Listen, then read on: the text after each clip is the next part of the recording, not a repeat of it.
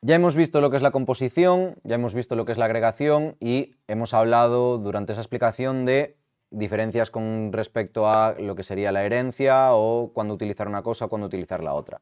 Vamos a ver entonces qué es la herencia, vamos a ver cómo implementarla en Java.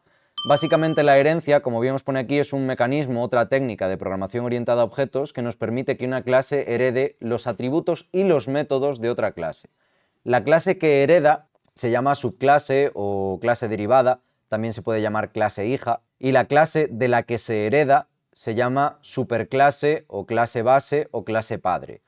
Voy a utilizar esos términos de forma independiente o de indiferente, ¿vale? Porque cualquiera de ellos yo creo que se entiende perfectamente. Subclase, clase derivada o clase hija, o superclase, clase base y clase padre. Todos hacen referencia a lo mismo. ¿Cómo hacemos entonces en Java que una clase herede de otra? Pues eso lo hacemos mediante la palabra reservada extends.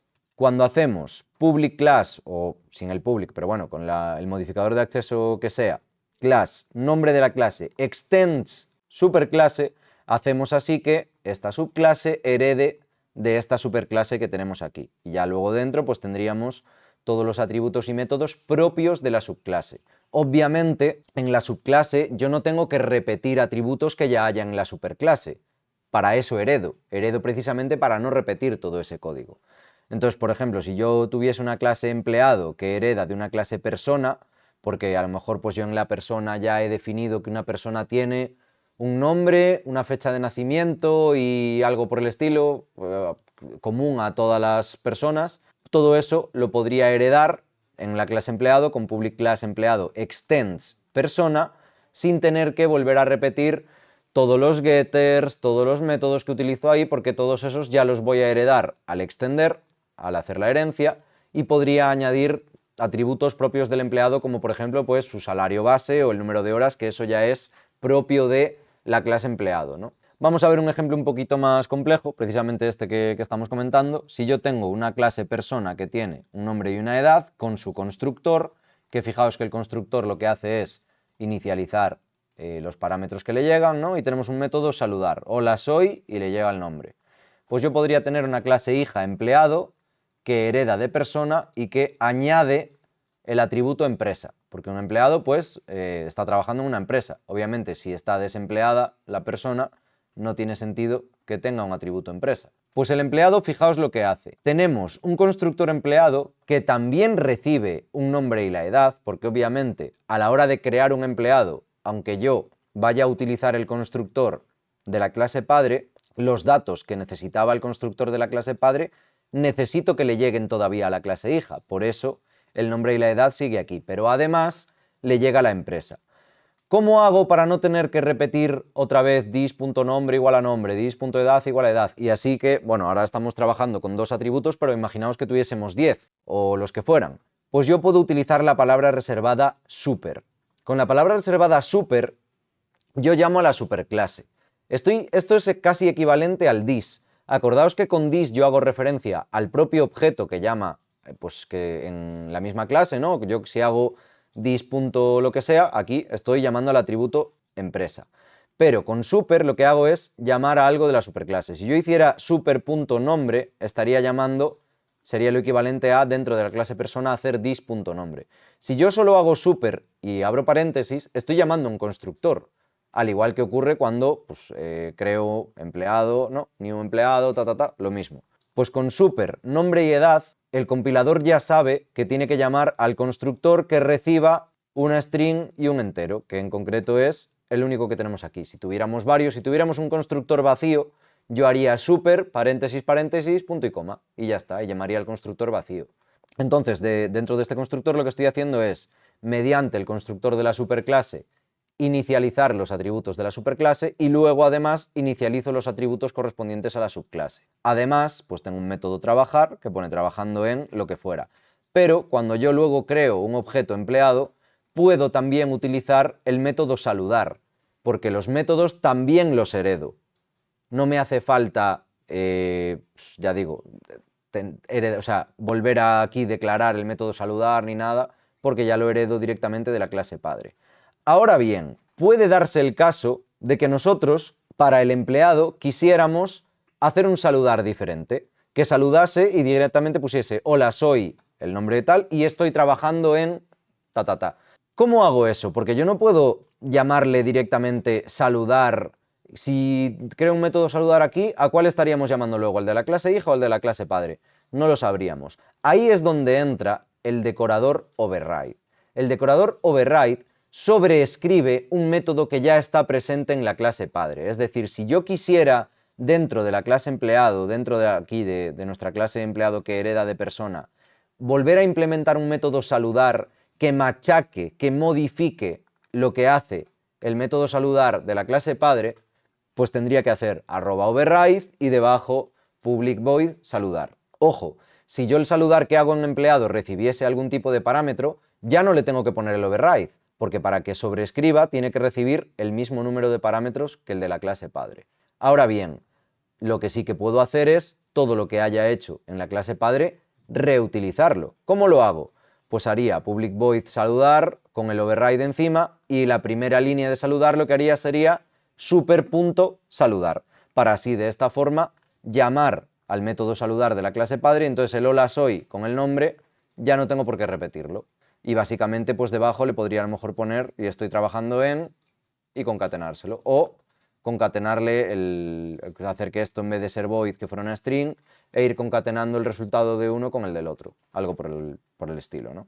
Vamos a ver ventajas y desventajas de todo esto. Hombre, las ventajas más evidentes son, por supuesto, la reutilización de código. La herencia nos permite heredar esos atributos y esos métodos para no tener que estar replicándolos en las distintas clases. Obviamente, aunque en Java no tenemos, que eso ya lo comentamos antes, herencia múltiple, es decir, el empleado, si hereda de persona, ya no puede heredar de ninguna otra clase más. Lo que sí que tenemos, por supuesto, es que yo puedo tener luego otra clase desempleado, por ejemplo, que también herede de persona.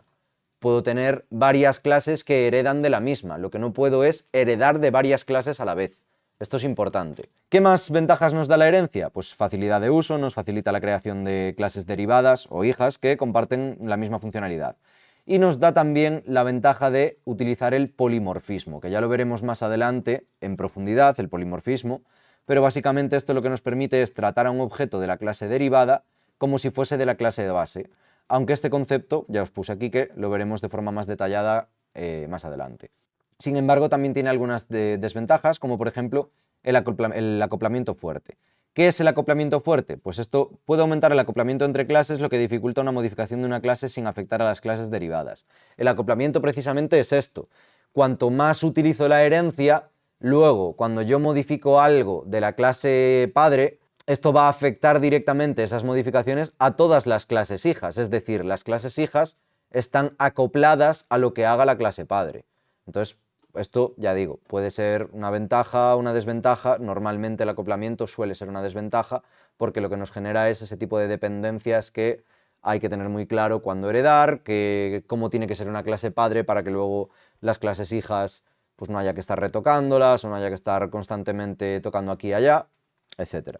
Las jerarquías complejas, la herencia puede llevar a pues eso, clases difíciles de mantener y de mucha jerarquía porque te empiezo a tener una clase que hereda de otra, que a su vez hereda de otra, que a su vez hereda de esta otra y esto puede llegar a ser un árbol complicado de mantener.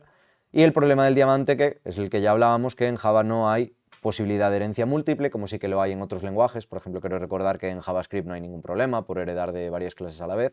En Java esta limitación sí que la tenemos. Esto depende del lenguaje que estemos utilizando. Más cosas. La palabra reservada super, ya la hemos visto antes en el constructor, pero básicamente la palabra reservada super se utiliza para llamar a un método de la superclase desde la subclase. Por ejemplo, en el constructor de empleado, como veíamos, estaba llamando al constructor de persona con super pasándole el nombre y la edad. Pero, como ya os decía, también se puede utilizar super para, desde el método de la superclase, aquí fijaos que nos faltaría el decorador override. Obviamente, si no ponemos el override, funciona exactamente igual, ¿vale? El override simplemente es informativo para el compilador y para nosotros de que este método lo estamos sobreescribiendo con respecto al de la clase padre. Básicamente, bueno, esto también es la razón por la cual vosotros podéis crear una clase de datos normal y poner el toString y si os olvidáis del override, no pasa nada y funciona igual, ¿vale? Pero si le ponéis el override, mejor. Y aquí fijaos que lo que estamos haciendo en saludar es, antes de nada, llamar a super.saludar, como os decía, que lo que va a hacer es hola soy, lo que sea, ¿no? Hola soy Juan. Y aquí le dice, pues soy empleado de la empresa. Y estoy utilizando el método saludar de la clase padre, aprovechándolo en el de la clase hija y completando su funcionalidad. Esto sería lo más básico de la herencia y vamos a aprovechar todo esto que hemos hablado de la herencia para hablar un poco sobre la clase Object. La clase Object, ya os lo comenté en el tema anterior cuando empezamos a ver programación orientada a objetos, pero básicamente es la clase base o la clase padre de todas las clases en Java. La clase Object define varios métodos disponibles en todas las clases, como son el toString, que ya lo hemos visto y estamos haciendo override constantemente de él, el equals, que es el método que nos dice si un objeto es igual a otro en cuanto a el valor de sus atributos y no en cuanto a si es alias de otro o no, el hashcode y luego pues el nelements, hay unos cuantos métodos más que define Object, que podéis consultarlos en la documentación de Oracle, pero básicamente la clase Object es de la que heredan todas las demás clases a menos que hereden explícitamente de otra clase. Por ejemplo, si definimos una clase persona, como hemos hecho arriba, que no hereda de ninguna otra clase, como tenemos aquí, la clase persona vemos que no tenemos extends de nada, de forma implícita hereda de object.